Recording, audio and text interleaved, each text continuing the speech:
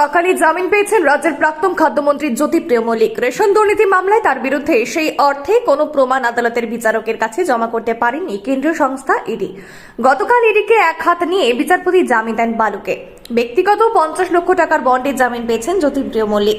এবার পার্থ চট্টোপাধ্যায়ের পালা। সুপ্রিম কোর্টের নির্দেশে জামিন পেতে চলেছেন প্রাক্তন শিক্ষামন্ত্রী।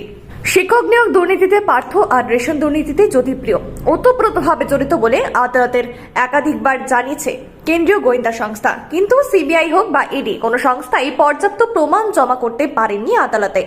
শুধুমাত্র প্রভাবশালী তত্ত্বে দুই মন্ত্রীকে জেলবন্দি রাখা হয়েছে মাসের পর মাস। এরই মধ্যে গতকাল জামিন পেয়েছেন জ্যোতিপ্রিয় মল্লিক, আর কয়েক দিনের মধ্যেই জামিন পেতে চলেছেন পার্থ চট্টোপাধ্যায়।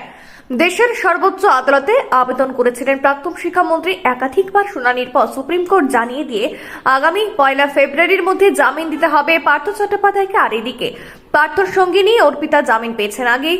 জেল থেকে বেরিয়ে তার সঙ্গে ভালোভাবে সময় কাটাতে পারবেন, এটা ভেবেই হয়তো কিছুটা ফুরফুরে মেজাজে রয়েছেন প্রাক্তন শিক্ষামন্ত্রী। আজ আদালত চত্বরে হঠাৎ দেখা, ফের পাশাপাশি ফের মুখোমুখি ওরা।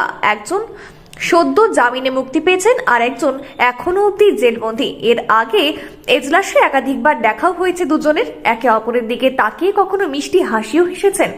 এবার আদালত কক্ষ থেকে বেরিয়ে কথা হলো পার্থ অর্পিতার। অর্পিতাকে দেখে পার্থ হাসি মুখে বললেন, আসি, ভালো থেকো। তবে কি শীঘ্রই ফের দেখা হতে চলেছে তাদের?